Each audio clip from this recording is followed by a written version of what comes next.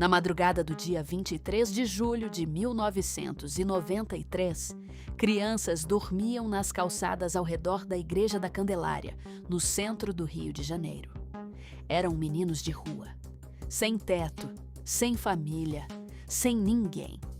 Naquela noite, 2 carros se aproximaram em silêncio. Dentro deles, policiais militares armados.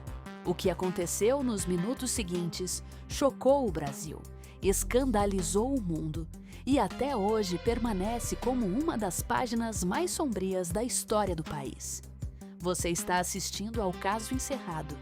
Fique até o final, porque a história do único sobrevivente que ousou testemunhar vai te deixar sem palavras. Para entender o que levou àquela noite, precisamos voltar um pouco.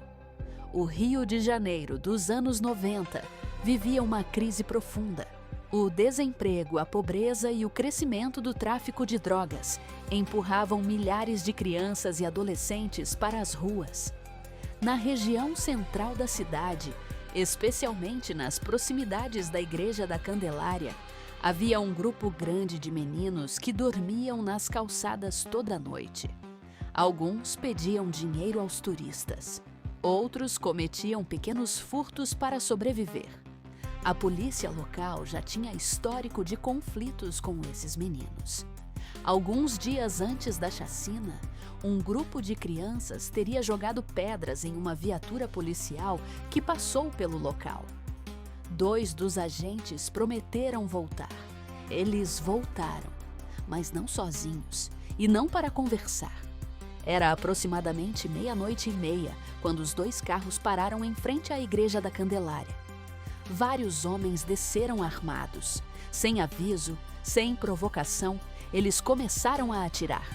Os meninos dormiam. Alguns tentaram correr. Outros nem acordaram direito antes de serem atingidos. Em questão de minutos, 8 pessoas estavam mortas. A maioria tinha entre 11 e 20 anos. As vítimas eram Gambazinho, de 11 anos, Paulo, de 12 anos, Cláudio, de 14 anos, Marcos, de 14 anos, Leandro, de 15 anos, Evandro, de 15 anos, Paulo Roberto, de 16 anos e Anderson, de 20 anos. Além dos mortos, vários outros foram baleados e deixados para morrer. Alguns sobreviveram por milagre. A cena que a polícia encontrou horas depois era de horror puro. Sangue nas calçadas ao redor de uma das igrejas mais famosas do Brasil. As câmeras de imprensa chegaram cedo. As fotos deram a volta ao mundo. O Brasil havia cometido uma atrocidade contra suas próprias crianças. A pressão internacional foi imediata. A imprensa estrangeira estampou o caso nas primeiras páginas. O governo brasileiro sofreu críticas severas de entidades de direitos humanos do mundo inteiro. A investigação identificou que os autores eram policiais militares do 5º Batalhão da Polícia Militar do Rio de Janeiro, agindo fora de serviço. Mas provar isso em juízo foi muito mais difícil. E aqui entra essa história mais perturbadora do caso. Wagner dos Santos tinha 21 anos na noite da chacina. Ele estava entre os meninos que dormiam na Candelária. Foi baleado 2 vezes. Ficou em estado grave, mas sobreviveu. Wagner se tornou a principal testemunha do caso. Era ele quem podia identificar os atiradores. Mas quando tentou falar, o silêncio foi a resposta do Estado. Em 1994, um ano após a chacina, Wagner foi baleado novamente em frente ao hospital onde estava sendo tratado. Os tiros vieram de um policial militar. Ele sobreviveu pela 2ª vez. Mesmo assim, foi ao tribunal. Apontou os acusados, testemunhou. Depois disso, precisou deixar o Brasil. Foi para a Suíça, onde recebeu asilo político. 8 policiais foram indiciados pelo massacre. O processo foi lento, marcado por ameaças a testemunhas e suspeitas de manipulação de provas. No final, apenas 4 foram condenados. O principal responsável identificado, o Cabo Coruja, recebeu uma pena de mais de 300 anos de prisão, somando todas as condenações.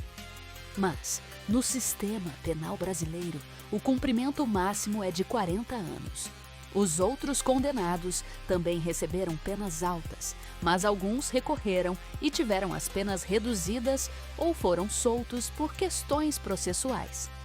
A maioria dos policiais envolvidos nunca foi presa. Em 2021, quase 30 anos depois da chacina, o Brasil foi condenado pela Corte Interamericana de Direitos Humanos por não ter garantido justiça plena às vítimas e por não ter protegido as testemunhas. Wagner dos Santos ainda vive no exterior. Ele escreveu um livro sobre sua história e ainda luta para que o caso não seja esquecido. Alguns dos policiais condenados já cumpriram suas penas e estão livres. As famílias das vítimas nunca receberam reparação suficiente do Estado. A Igreja da Candelária, que testemunhou o massacre, tem hoje uma placa em memória das vítimas. É o único monumento permanente ao crime. A chacina da Candelária não foi apenas um crime. Foi o símbolo de como o Brasil tratava, e em muitos aspectos ainda trata, suas crianças mais vulneráveis. 8 crianças assassinadas por quem deveria protegê-las. Uma testemunha que precisou sair do próprio país para sobreviver. E uma condenação internacional que veio quase 30 anos depois.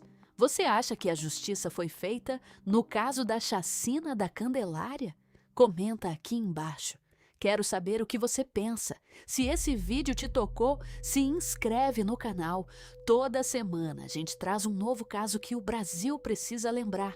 Até o próximo caso.